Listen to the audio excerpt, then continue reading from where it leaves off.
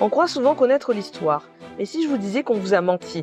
Aujourd'hui, je vous dévoile 5 erreurs historiques encore enseignées à l'école. Restez jusqu'à la fin, la dernière va complètement changer votre vision du monde. Et si ce genre de révélation vous intrigue, pensez à vous abonner pour ne rien manquer. 1. La Seconde Guerre mondiale ne s'est pas terminée le 8 mai 1945. La capitulation allemande est signée le 8 mai 1945 pour les Alliés occidentaux, mais le 9 mai pour l'URSS. Et surtout, la guerre continue dans le Pacifique contre le Japon. Ce n'est qu'après Hiroshima, Nagasaki et la capitulation du Japon, le 2 septembre 1945, qu'on peut vraiment parler de fin du conflit mondial. 2. La Seconde Guerre mondiale n'est pas juridiquement terminée. Contrairement à la Première Guerre mondiale, avec l'armistice de 1918 et le traité de Versailles, il n'y a jamais eu de traité de paix global pour la Seconde Guerre mondiale.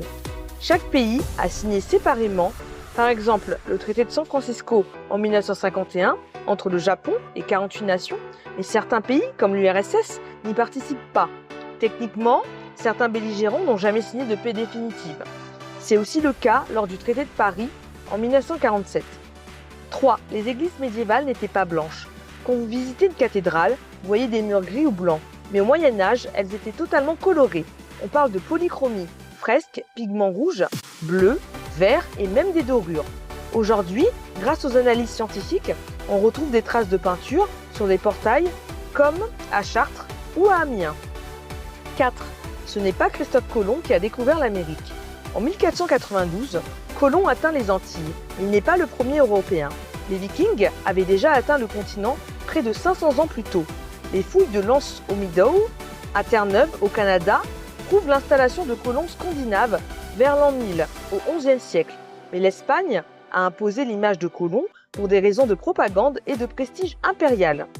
5. La carte de Mercator vous ment.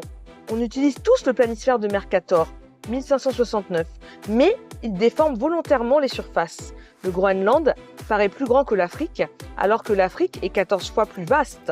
Mercator avait créé cette projection pour aider les navigateurs, pas pour représenter fidèlement les continents. Résultat, notre vision du monde est biaisée depuis l'école. On retrouve beaucoup d'autres projections de cartes, comme celle de James Gall et Arno Peters, dans laquelle les différences de surface entre les pays sont visibles, mais en contrepartie, ceux-ci perdent leur forme véritable.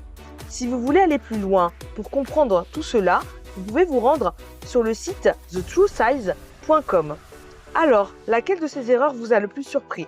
Dites-le moi en commentaire, je vous lis toujours. Si vous aimez découvrir l'histoire autrement, abonnez-vous et activez la cloche. On continue ensemble pour de nouvelles histoires.